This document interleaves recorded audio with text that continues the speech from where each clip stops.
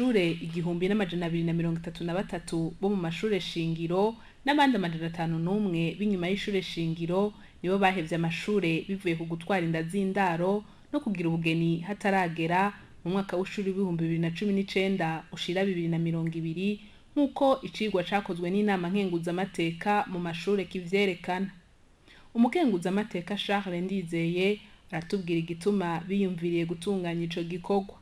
Igituma Inama Nkenguzamateka yatanguje igikorwa kubera ko Inama Nkenguzamateka bwambere hambere serukira bene gihugu. Rugo rwaruka rero ruko rahoterwa abene go barimo. Cyo gituma Inama Nkenguzamateka cyakurikirana. Twahuye abo bana ariko batwara inda z'ishushu bariko bagaruka cyane.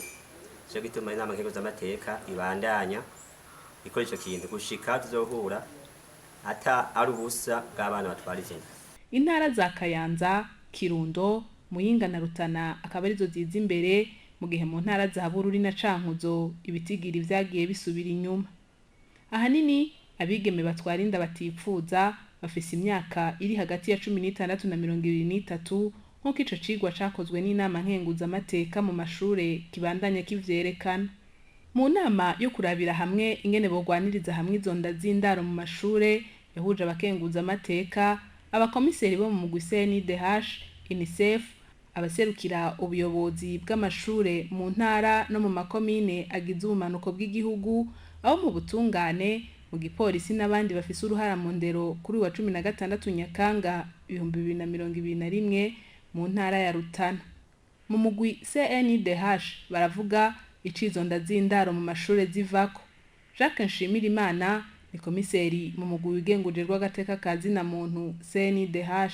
Kimwe rero mu bituma ico kibazo giteba kuva mu nzira no kubera ubwo bugaba bw'abo banyeshuri baba bafise ingeso mbi. Ni no kubera ubwo bugaba bw'abarezi bamwe babigenza ukutariko. Ariko hariho rero n'umugwi ugira gatatu, umugwi w'abantu baba babikoze bagashikirizwa ubutungane mugabo ntibaciribwe imanza ntibahanwe.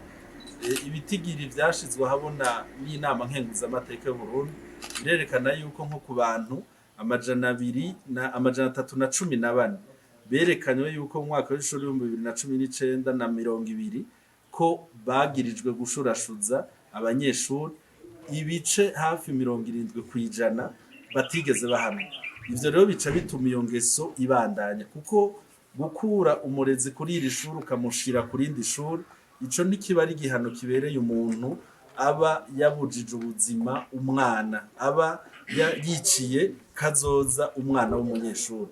Ari naco gituma rero tuvuga tuti amategeko y'u Burundi aratomoye, ibwirizwa mpanavyaha riratomoye, umuntu yagirijwe icaha nk'ico akwiye gukubitwa intahe mu gahanga hanyuma kandi bikabera akarorero n'abandi bashobora kwiyumvira gukora nk'ivyo. Jacques Nshimirimana abandanya avuga ko abavyeyi nabo nyene bafise uruhara mu kurwanya inda z'indaro mu guha indero nziza abana na cane cane abana babigeme, gutabariza abana igihe bahuye n'izo ngorane no gushigikira umwana aba yarakomeretse kuko vyibonekeje ko iyo abana batwaye inda ntibashigikirwe baca babandanya ingeso mbi. Tubamenyeshe ko iyo nama iri kihuza bo mu ntara z'ubumanuko bw'igihugu izomara imisi 2.